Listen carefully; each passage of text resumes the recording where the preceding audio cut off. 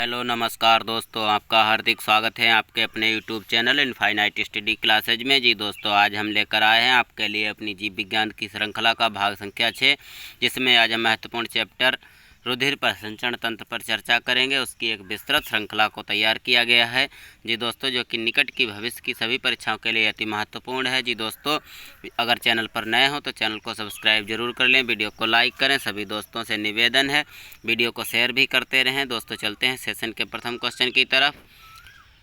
जी दोस्तों, निम्नलिखित में से किस युग्म में दोहरा परिसंचरण पथ होता है? जी दोस्तों, उभयचर या स्तनधारी में, पक्षी या स्तनधारी में, सरीसृप और स्तनधारी में, मछली और पक्षी में। जी दोस्तों, इसका सही उत्तर होगा विकल्प बी, पक्षी एवं स्तनधारी में। सभी दोस्तों से निवेदन है वीडियो को बिना स्किप किए हुए पूरा देखें। हमारे क्लास की पीडीएफ प्राप्त करने के लिए हमारे टेलीग्राम चैनल से जुड़ जाएं, जिसकी लिंक डिस्क्रिप्शन बॉक्स में दी हुई है तथा वीडियो के लास्ट में भी लिख रखी है। अब दोस्तों, इस क्वेश्चन पर हम विस्तृत चर्चा करेंगे आगे चलते हुए। जी दोस्तों, पक्षियों और स्तनधारियों का दोहरा परिसंचरण पथ होता है, ये बात बिल्कुल सही है। इस मार्ग में ऑक्सीजन युक्त और ऑक्सीजन रहित रक्त का मिश्रण नहीं होता है। जी दोस्तों, जिनमें दोहरा परिसंचरण पथ होता है उनमें ऑक्सीजन युक्त और ऑक्सीजन रहित रक्त का मिश्रण नहीं होता है। जी दोस्तों, नीले इसे मिश्रण के बिना बाहर पंप करते हैं। इसका अर्थ है कि इन जीवों में दो अलग अलग परिसंचरण पथ मौजूद होते हैं। जी दोस्तों, ये बात भी सही है, हमें याद रखनी है। इन जानवरों का दोहरा परिसंचरण पथ होता है। मछलियों में परिसंचरण का एकल परिसंचरण पथ होता है, जिस कारण इन्हें एकल परिसंचरण प्रणाली के रूप में जाना जाता है।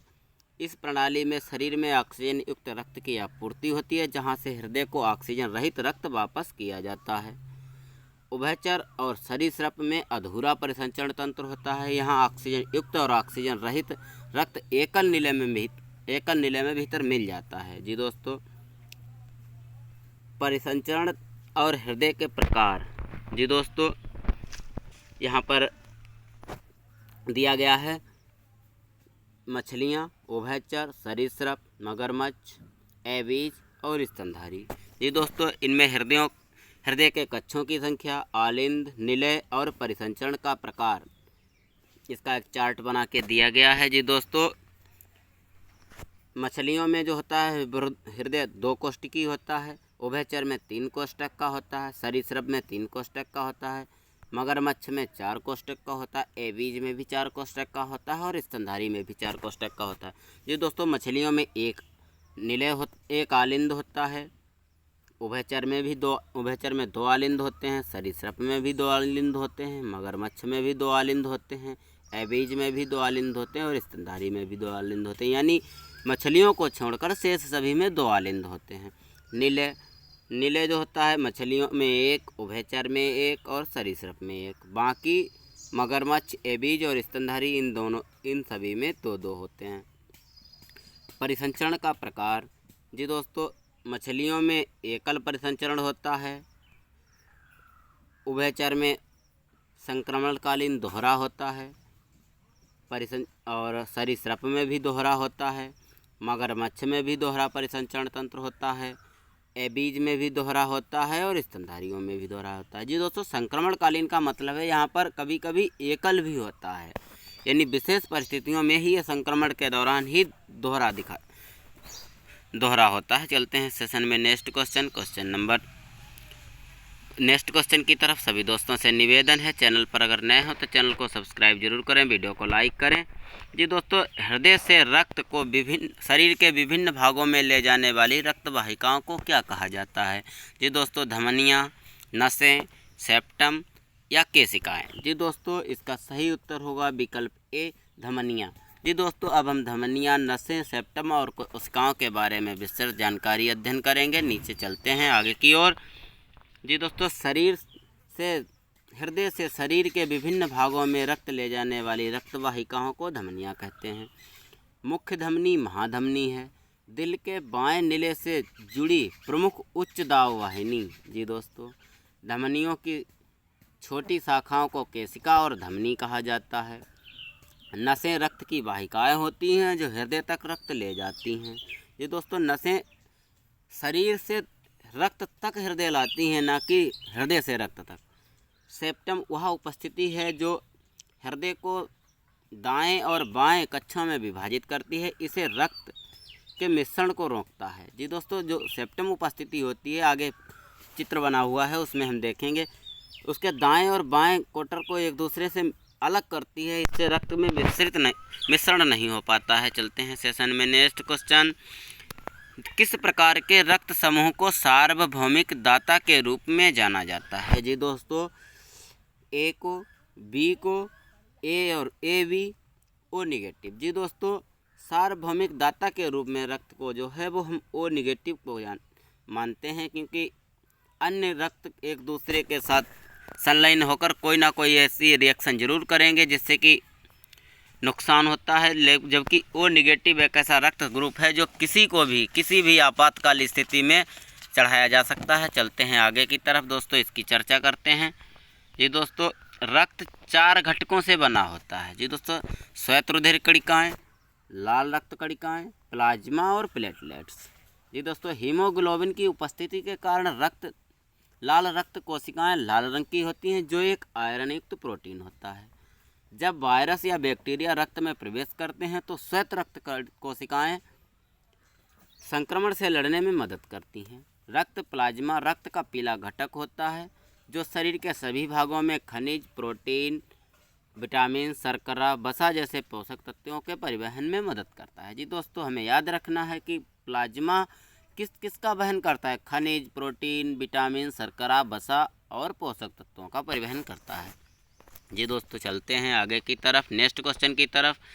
शरीर के सभी हिस्सों में CO2 युक्त रक्त को कौन सी वाहिकाओं द्वारा हृदय में वापस लाया जाता है? जी दोस्तों, धमनियाँ, शिराएँ, केशिकाएँ या धमनिकाएँ। जी दोस्तों, CO2 युक्त यानी अशुद्ध रक्त को हृदय तक लाने के लिए जो काम में आती हैं वो होती हैं शिराएँ, यानी विकल्प बी इसका सही आंसर है। जी दोस्तों, चलते हैं आगे, इसमें विस्तृत चर्चा करेंगे हम। शरीर से रक्त को हृदय की ओर ले जाई जाने वाली रक्त वाहिकाओं को शिरा कहा जाता है। शिराएँ शरीर के सभी हिस्सों से हृदय तक CO2 युक्त रक्त ले जाती हैं। जी दोस्तों, शिराएँ अशुद्ध रक्त ले जाती हैं, यह बात भी सही है।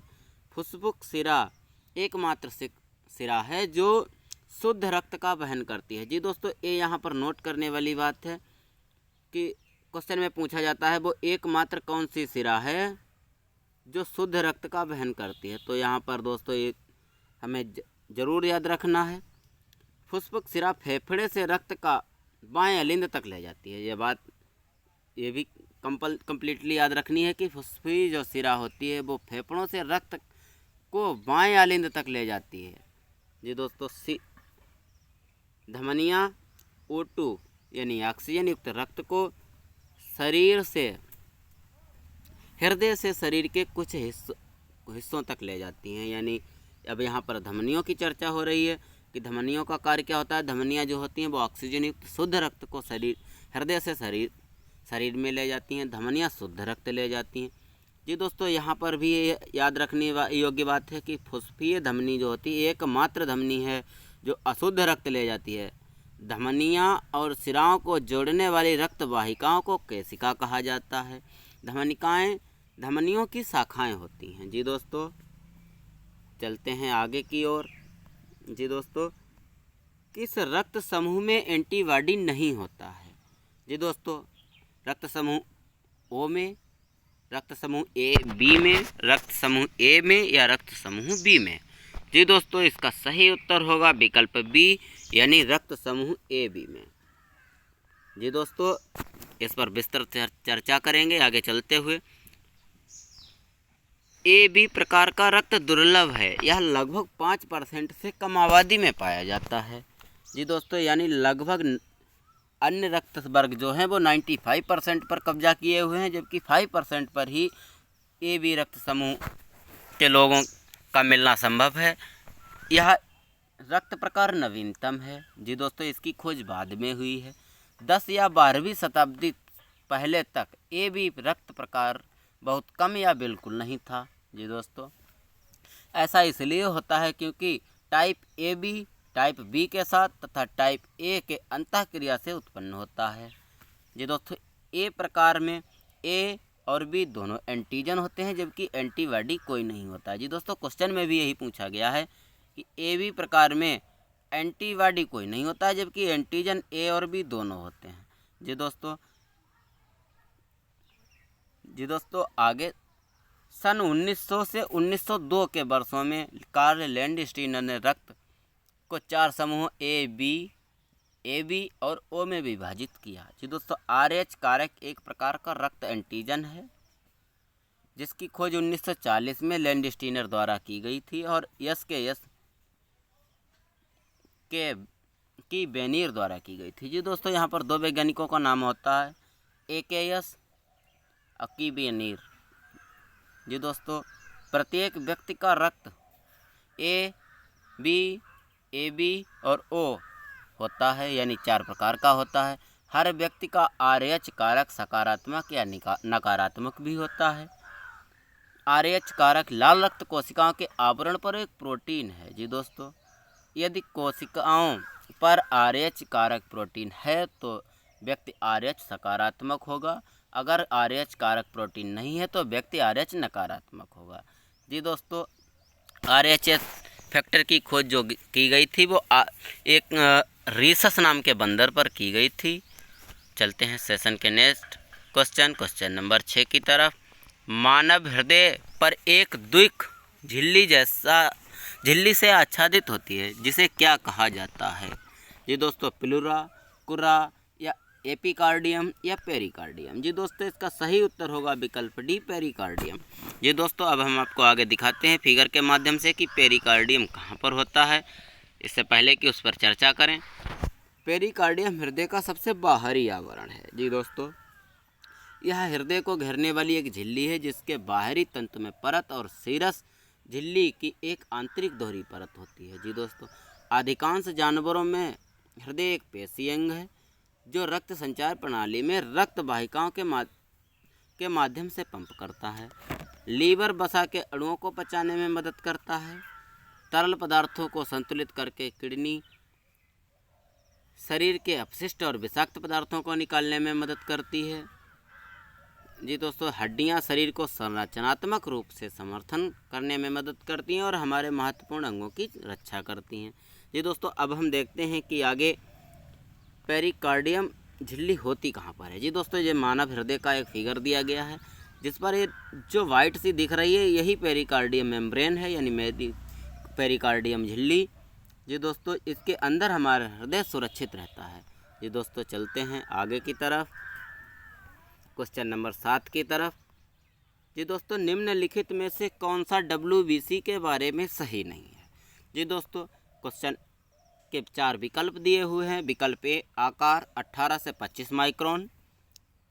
वे सैनिक के रूप में कार्य करते हैं और कीटाणुओं को खाते हैं। केंद्रक, केंद्रित आकार, अमीवाइड, अमीबीय या गोलाकार। जी दोस्तों, अब इसमें हमें देखना है कि कौन सा विकल्प सही है और कौन सा गलत है। जी दोस्तों, जैसा इसमें दिया है आकार, अमीवाइड, अमीबीय या गोलाकार, ये विकल्प बिल्कुल सही है क्योंकि जो WBC होती हैं उनका आकार गोलाकार या अमीबा की तरह होता है, केंद्रक होता है WBC में।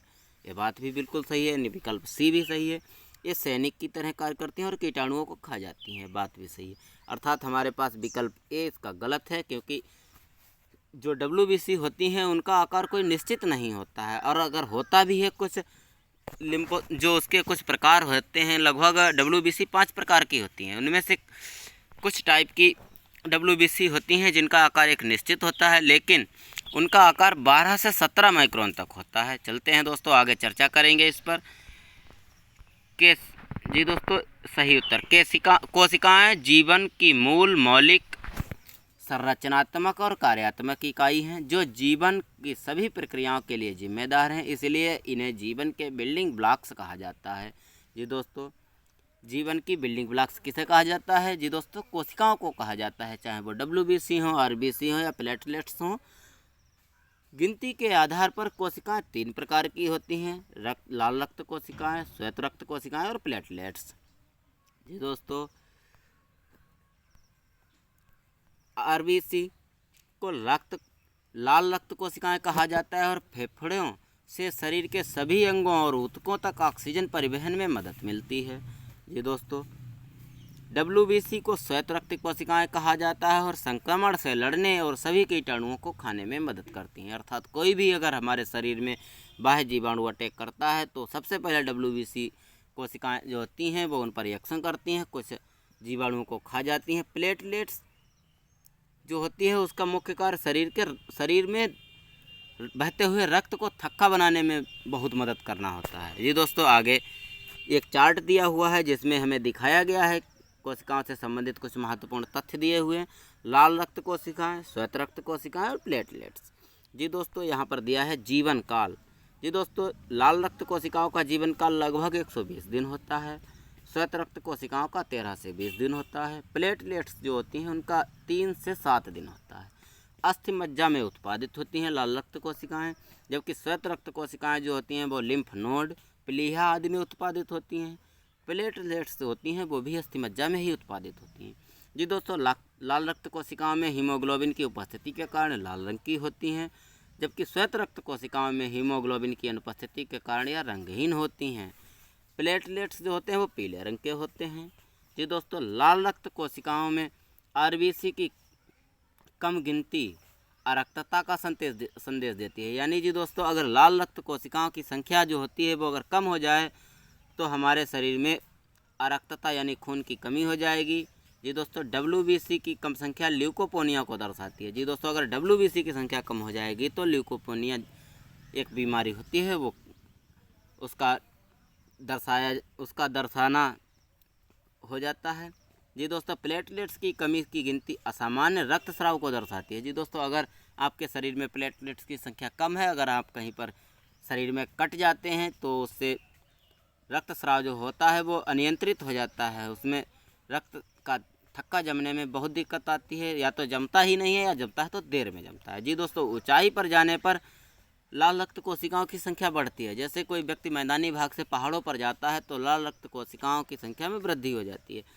अधिक संख्या में शरीर में संक्रमण होता है। जी दोस्तों, अगर श्वेत रक्त कोशिकाओं की भी संख्या अगर ज़्यादा हो जाएगी तो शरीर में जो होता है वो एक तरह का संक्रमण बढ़ जाएगा। जी दोस्तों, प्लेटलेट्स में उच्च संख्या रक्त स्कंदन को अनायास विकसित करने का कारण बन सकती है। जी दोस्तों, अगर प्लेटलेट्स की संख्या अत्यधिक ज़्यादा हो जाएगी तो हमारे शरीर में जो रक्त स्कंदन है उसका अनायास विकसित होना यानी कभी भी उसका संतुलन सही से नहीं हो पाएगा। जी दोस्तों, चलते हैं सेशन में नेक्स्ट आगे की तरफ, क्वेश्चन नंबर 8। जी दोस्तों, अभी इससे संबंधित कुछ और तथ्य लिखे हुए हैं। जी दोस्तों, WBC को ल्यूकोसाइट या श्वेत कणिकाएं भी कहा जाता है। WBC का जीवन काल 13 से 20 दिन होता है। कुछ WBC की गिनती 4500 से 10,000 तक होती है। WBC रक्त का एक कोशिकीय घटक है जिसमें हीमोग्लोबिन की कमी होती है। एक केंद्रक होता है, गतिशीलता में सक्षम होती हैं और प्रतिरक्षी का उत्पादन करती हैं। जी दोस्तों, जैसे कोरोना अभी थोड़े दिन पहले आया था तो उसमें अगर एंटीबॉडी का अगर हमारे शरीर में उत्पादन करना होता था तो वो मुख्य कार्य WBC का ही है।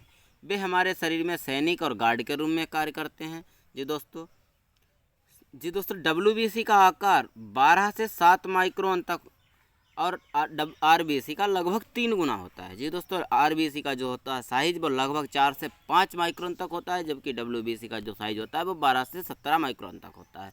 WBC का कोई निश्चित आकार नहीं होता, या गोलाकार, समचतुर्भुज या अन्य आकार भी हो सकता है। जी दोस्तों, चलते हैं सेशन में नेक्स्ट आगे की तरफ, क्वेश्चन नंबर 8 की तरफ। शरीर की सबसे बड़ी धमनी कौन सी है? जी दोस्तों, महाधमनी, फेफड़े की धमनी, कोरोनरी धमनी या फुफ्फुसीय सिराएं। जी दोस्तों, सबसे बड़ी धमनी जो होती है वो महाधमनी होती है। जी दोस्तों, आगे हम फिगर में इसे देखेंगे कि कहाँ पर महाधमनी होती है। पूरा मानव हृदय का फिगर दिया हुआ है। जी दोस्तों, ये मानव हृदय है, इसमें मुख्य धमनी जो होती है वो अलग है। फुस्फीय धमनी भी देखो इसमें दिखाई दे रही है। फुस्फीय सिराएं है, आलिंद, दायां आलिंद, ट्रिपल मिट्रल कपाट। जी दोस्तों, महाधमनी कहाँ पर है? ये महाधमनी है दोस्तों। दायां नीले, बायां नीले, अधोवर्ती महाशिरा, कपाटीय कपाट, फुस्फीय कपाट, बायां आलिंद और अग्रवर्ती महाशिरा। जी दोस्तों, ये मानव हृदय है। चाहे तो आप स्क्रीनशॉट ले सकते हैं। चलते हैं आगे की ओर। जी दोस्तों, महाधमनी शरीर की सबसे बड़ी धमनी है। इस पर हम चर्चा करते हुए, महाधमनी शरीर की सबसे बड़ी धमनी है। महाधमनी बाएं वेंट्रिकल के शीर्ष पर शुरू होती है और हृदय की पेशी पंपिंग कक्ष है। जी दोस्तों, जैसा कि इसमें दिखाया गया है दोस्तों, महाधमनी पेशी पंपिंग कक्ष कतई बीच में होता है हृदय के, जो कि हृदय का सबसे मुख्य हिस्सा होता है। हृदय बाएं वेंट्रिकल से महाधमनी वाल्व के माध्यम से रक्त को महाधमनी में पंप करता है। जी दोस्तों, ये बात सही है। कोरोनरी धमनी ऑक्सीजन युक्त रक्त को हृदय की मांसपेशियों तक ले जाती है।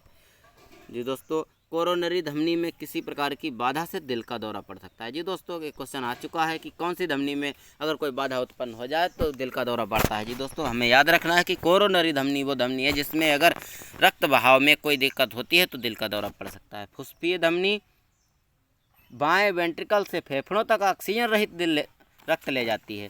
फुफ्फुसीय धमनी में अशुद्ध रक्त होता है। फुफ्फुसीय शिराएं फेफड़ों से ऑक्सीजन युक्त रक्त को हृदय से बाएं अलिंद में वापस ले जाने के लिए जिम्मेदार है। जी दोस्तों, ये बात बिल्कुल सही है। जी दोस्तों, बायां वेंट्रिकल त्रिकपद महाधमनी वाल्व के माध्यम से ऑक्सीजन युक्त रक्त को महाधमनी में पंप करता है। जी दोस्तों,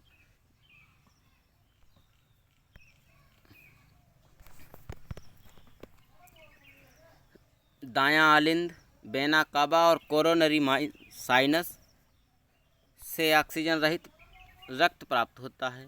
दायां वेंट्रिकल फुस्फुसीय वाल्व के माध्यम से फुस्फुसीय ट्रंक में ऑक्सीजन रहित रक्त पंप होता है। बायां अलिंद फुस्फुसीय शिराओं से ऑक्सीजन युक्त रक्त प्राप्त करता है और इसे बाएं वेंट्रिकल में खाली कर देता है। जी दोस्तों, चलते हैं आगे नेक्स्ट क्वेश्चन नंबर 9 की तरफ। रक्त वाहिकाओं में रुधिर के स्कंदन को किसके द्वारा रोका जाता है? जी दोस्तों, एल्विन द्वारा, हिपेरिन द्वारा, ग्लोब्यूलिन द्वारा या फाइब्रोनोजन द्वारा। जी दोस्तों, एक प्रोटीन होता है जो रक्त वाहिकाओं के अंदर रक्त को स्कंदन यानी जमने से रोकता है, वो प्रोटीन होता है हिपेरिन। जी दोस्तों, नेक्स्ट चलते हैं, इस पर चर्चा करेंगे। जी दोस्तों, यह बेसोफिल द्वारा स्रावित होता है। जी दोस्तों, हिपेरिन प्रोटीन जो होता है वह बेसोफिल कोशिकाओं द्वारा स्रावित होता है। हिपेरिन सबसे शक्तिशाली एंटीकोआगुलेंट है।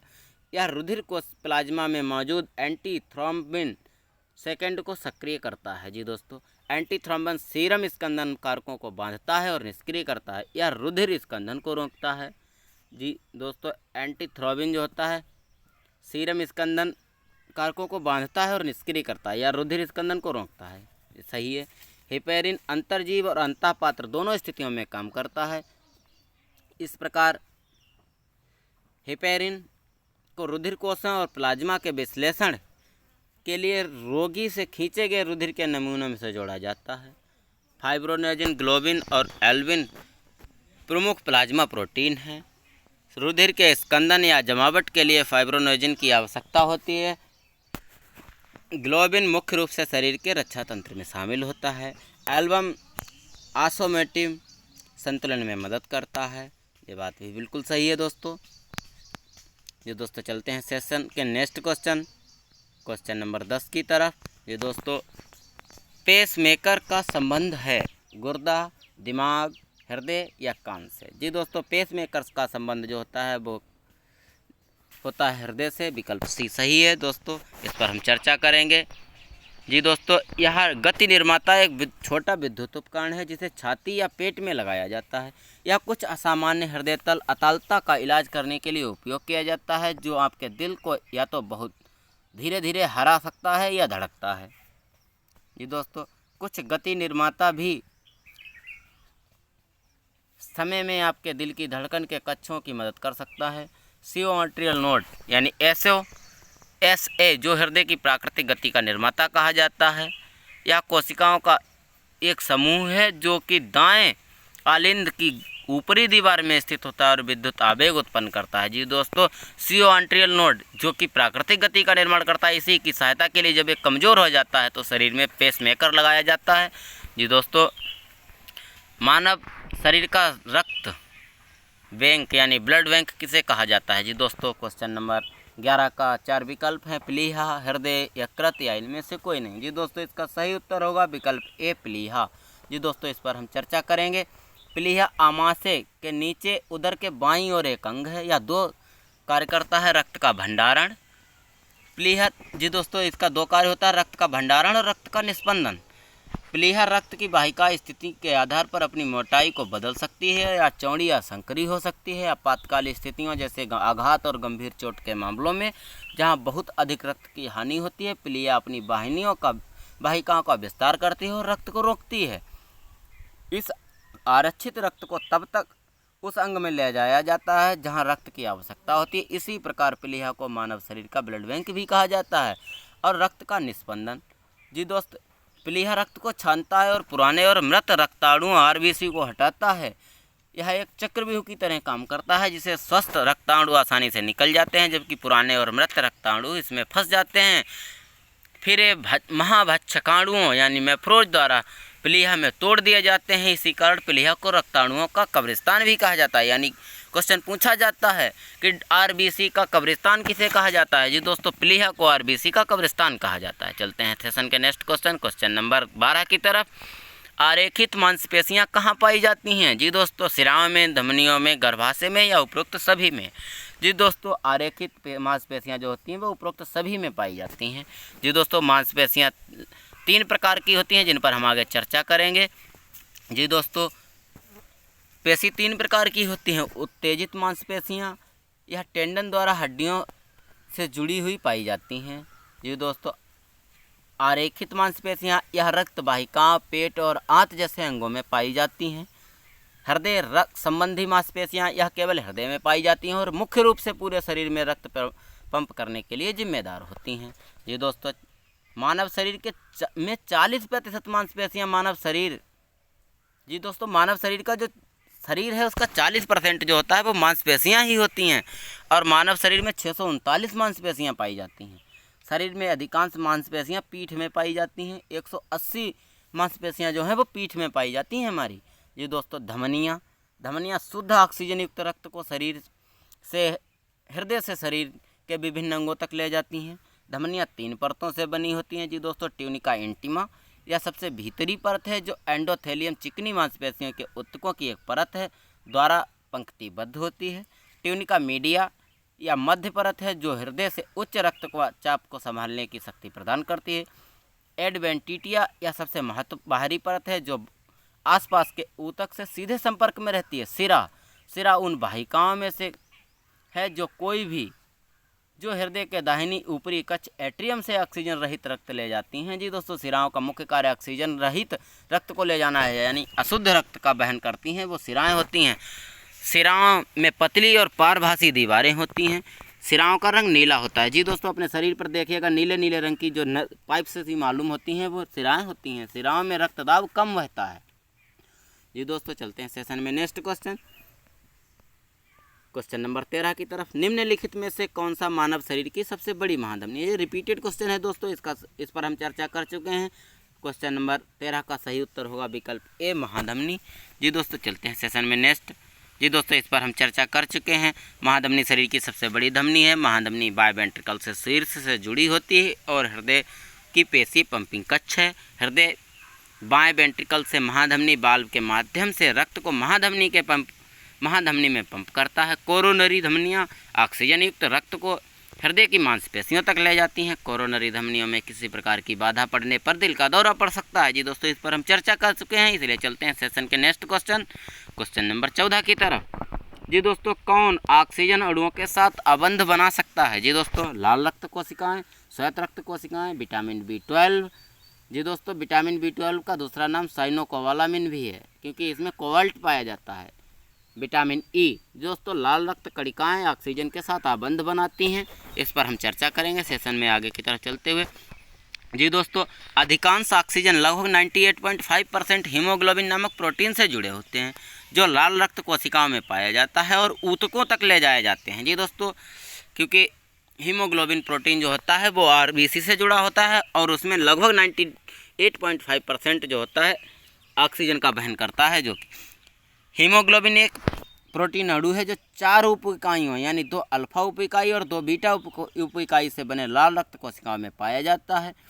प्रत्येक उप इकाई एक केंद्रीय हेम समूह को घेरे रहती है, जिसमें लोहा होता है, एक ऑक्सीजन अणु के साथ आबंध बनाता है, जिससे प्रत्येक हीमोग्लोबिन अणु को 4 ऑक्सीजन अणुओं के साथ आबंध बनाने की अनुमति मिलती है। जी दोस्तों, हेम समूह से बंधे अधिक ऑक्सीजन वाले अणु चमकीले होते हैं। नतीजतन ऑक्सीजन युक्त धमनियाँ रक्त जहां हीमोग्लोबिन 4 ऑक्सीजन अणुओं को ले जा रहा होता है, चमकदार लाल रंग का होता है, जबकि सिरापरक रक्त जो विऑक्सीकृत होता है, यानी उसमें ऑक्सीजन नहीं होता है, ऑक्सीजन होता भी है अगर तो अल्प मात्रा में होता है, वहाँ पर कार्बन डाइऑक्साइड युक्त तो वो रक्त होता है, इसका रंग गहरा लाल होता है। जी दोस्तों, दात्र कोशिका एनीमिया और थैलेसीमिया जैसी बीमारियाँ रक्त को ऊतकों तक ऑक्सीजन पहुँचाने की क्षमता और उसकी ऑक्सीजन वहन क्षमता को कम कर देती हैं। जी दोस्तों, आगे चलते हैं सेशन में नेक्स्ट क्वेश्चन नंबर 15 की तरफ। जी दोस्तों, इस पर हम चर्चा कर चुके हैं कि किस कोशिका का जीवन काल कितना होता है, चार्ट के माध्यम से इसको हम समझा चुके हैं। जी दोस्तों, लाल रक्त कोशिकाओं का जीवन काल कितना होता है? जी दोस्तों, इसका सही उत्तर होगा विकल्प बी 120 दिन। जी दोस्तों, आगे चलते हुए इस पर चर्चा करेंगे। जी दोस्तों, मानव एरिथ्रोसाइट एरिथ्रोपोइसिस नामक एक प्रक्रिया के माध्यम से उत्पन्न होते हैं। जी दोस्तों, एरिथ्रोसाइट्स जो होते हैं, यानी एरिथ्रोसाइट्स कहा जाता है लाल रक्त कोशिकाओं को, जो एरिथ्रोपोइसिस नामक एक प्रक्रिया होती है उससे उत्पन्न होते हैं। जी दोस्तों, उन्हें परिपक्व होने में 7 दिन लगते हैं। जी दोस्तों, लाल रक्त कोशिका परिपक्व रूप से अगर कार्य करने लायक होती है तो उसका पूरा तरीके से विकसित होने में लगभग 1 सप्ताह का समय लगता है। इस पर हम पहले भी चर्चा कर चुके हैं। जी दोस्तों, आगे बढ़ते हुए, जी दोस्तों, एरिथ्रोपोइसिस वह प्रक्रिया है जिसके द्वारा मानव एरिथ्रोसाइट्स बनाता है। यह हाइपोक्सिया द्वारा निर्मित किडनी हार्मोन एरिथ्रोपोइटिन द्वारा शुरू किया जाता है।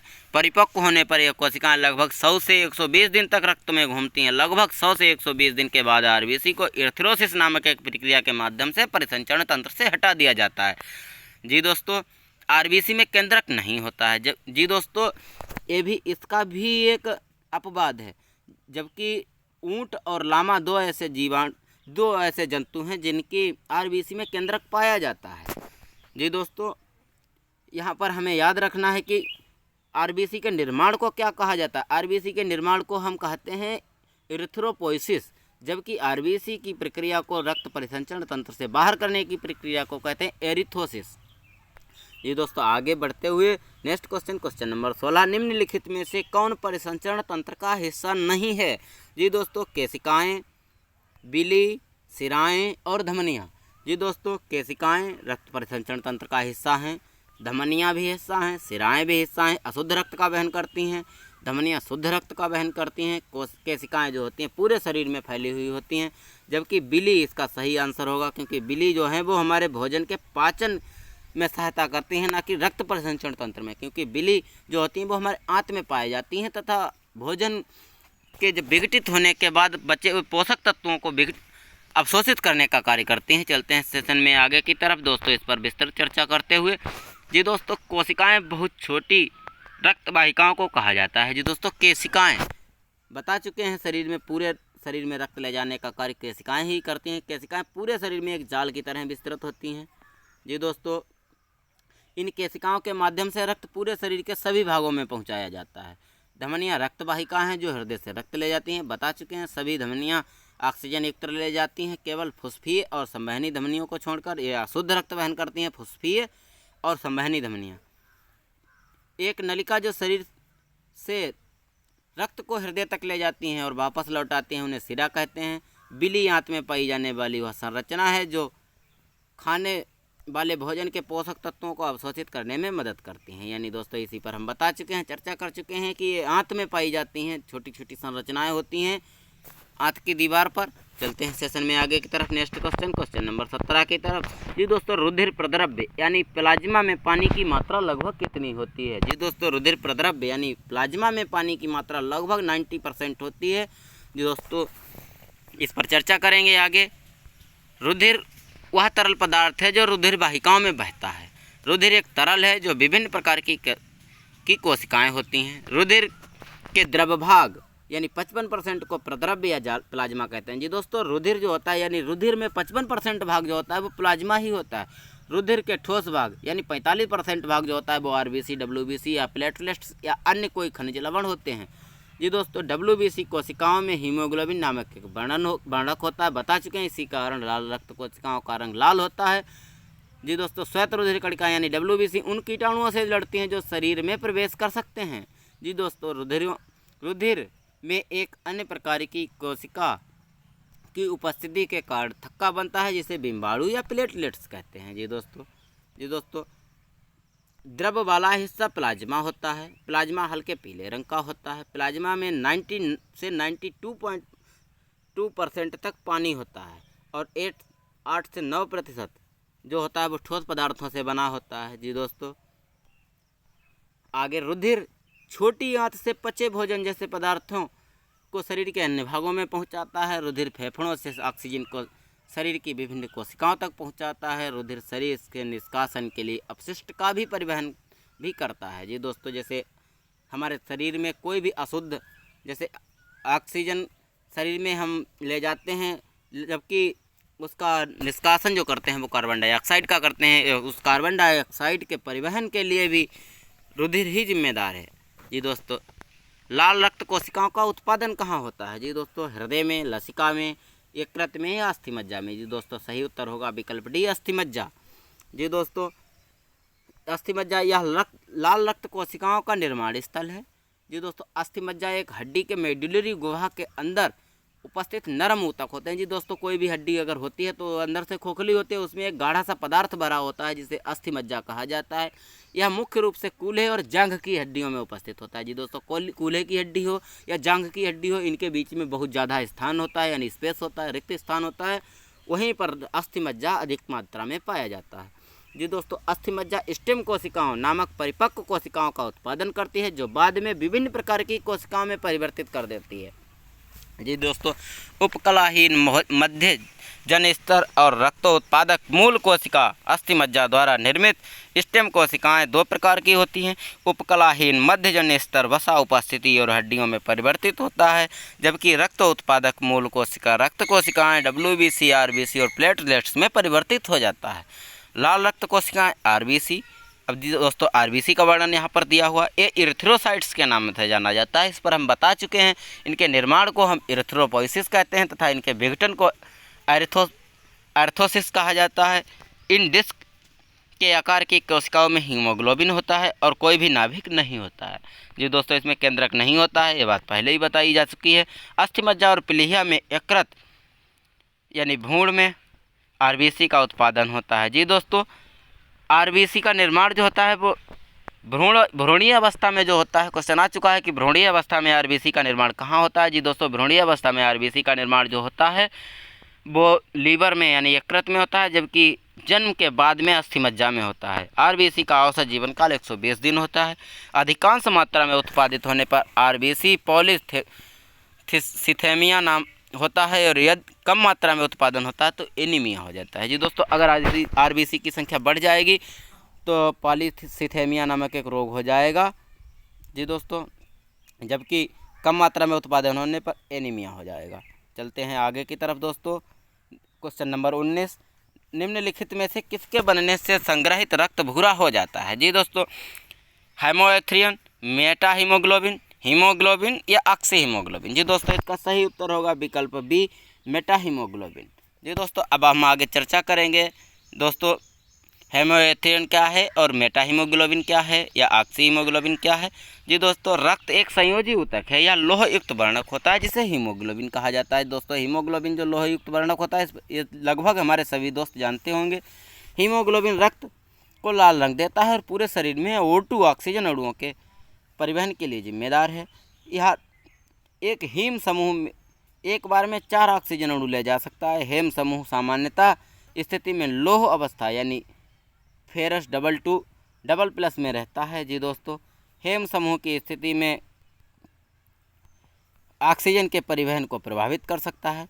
जब रक्त को लंबे समय तक संग्रहित किया जाता है तो हीमोग्लोबिन के हेम समूह को फेरिक स्थिति में ऑक्सीकरण हो जाता है और हीमोग्लोबिन मेटा हीमोग्लोबिन में परिवर्तित हो जाता है और यह भूरे रंग का वर्णक है। दोस्तों, मेटा हीमोग्लोबिन भी ऑक्सीजन अणुओं के परिवहन के लिए अक्षम है। जी दोस्तों, मेटा हीमोग्लोबिन जो होता है वो ऑक्सीजन के अणुओं का वहन नहीं कर सकता है। जी दोस्तों, हेमियोथ्रिन या गैर हीम प्रोटीन है जो ऑक्सीजन को ले जा सकता है। जी दोस्तों, या इसमें हीमोग्लोबिन नहीं होती है लेकिन फिर भी ऑक्सीजन का वहन कर सकता है। जी दोस्तों, गैर हीम प्रोटीन यानी कोई पोरफायरिन रिंग नहीं होता है इसमें। यह वर्णक रंग में बैंगनी होता है। यह मुख्य रूप से समुद्री अकेशरुकी जो जीव जंतु होते हैं उनमें पाया जाता है। जी दोस्तों, ऑक्सी हीमोग्लोबिन यह हीमोग्लोबिन का एक रूप है जो तब बनता है जी हीमोग्लोबिन फेफड़ों से ऑक्सीजन को जोड़ता है। जी दोस्तों, ऑक्सी हीमोग्लोबिन शरीर की कोशिकाओं तक ऑक्सीजन पहुंचाता है। जी दोस्तों, चलते हैं सेशन के नेक्स्ट क्वेश्चन यानी लास्ट क्वेश्चन तक। जी दोस्तों, जिन लोगों ने वीडियो को लाइक ना किया हो वो वीडियो को लाइक कर दें। जो दोस्त चैनल पर नए विजिट कर रहे हो चैनल को सब्सक्राइब करें। रक्त प्लाज्मा का पीएच मान कितना होता है? जी दोस्तों, 7.4, 7.8 या 6.9 या 6.3। जी दोस्तों, रक्त प्लाज्मा का पीएच मान जो होता है वो 7.4 होता है। जी दोस्तों, रक्त प्लाज्मा का पीएच पूछा जाए या मानव रक्त का पीएच पूछा जाए या मनुष्य के मूत्र का पीएच पूछा जाए या मनुष्य के आंसुओं का पीएच पूछा जाए, ये एक ही होता है 7.4%। जी दोस्तों, 7.4। जी दोस्तों, पीएच पैमाने की खोज जो की थी वो सोरेनसन ने की थी। आगे चलते हैं दोस्तों, इस पर चर्चा करेंगे। रक्त में 4 पदार्थ होते हैं। पहली लाल रक्त कोशिकाएं अर्थात लाल रक्त कणिकाएं, दूसरी श्वेतरोधी कणिकाएं, तीसरी प्लेटलेट्स और चौथा प्लाज्मा। जी दोस्तों, मानव रक्त प्लाज्मा 7.35 से 7.45 की पीएच सीमा होती है जो रक्त को थोड़ा मूल तत्व या क्षारीय बनाता है। जी दोस्तों, शरीर के कुल रक्त का लगभग 55% प्लाज्मा होता है। इस प्लाज्मा में लगभग 92% पानी होता है, 7% प्रोटीन और कुल के 1% में खनिज, लवण, नमक, चीनी, वसा, प्रोटीन, हार्मोन और विटामिन्स होते हैं। जी दोस्तों, ये हमारे आज का सेशन था। धन्यवाद दोस्तों। हमारे टेलीग्राम चैनल से जुड़ने के लिए हमारी लिंक दी हुई है। अगर कोई भी हमारे वीडियो से संबंधित शिकायत या सुझाव हो तो हमारे चैनल के कमेंट सेशन में कमेंट करना बिल्कुल ना भूलें दोस्तों। धन्यवाद।